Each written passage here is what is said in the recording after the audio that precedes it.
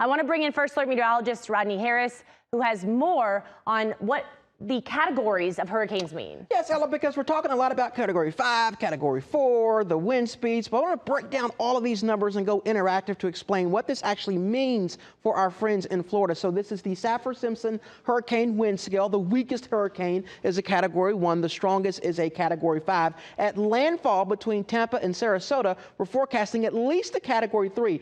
A Category 3 or higher, that is considered a major hurricane. So what does that mean for our friends in Florida? This is text directly from the National Hurricane Center. It means devastating damage in 3 points that are very important. Well-built framed houses will sustain damage because of this storm. Number 2, trees will be uprooted, not just snapped, but uprooted in these type of winds. And then number 3, electricity and water. You're going to go not days, but weeks without that potentially because of the wind. This doesn't even factor in the storm surge that Ella just told you about. This is just the wind that we were expecting as Milton makes landfall. So we'll keep you up to date on our friends down to the south and our own local forecast with more First Alert weather and traffic to come.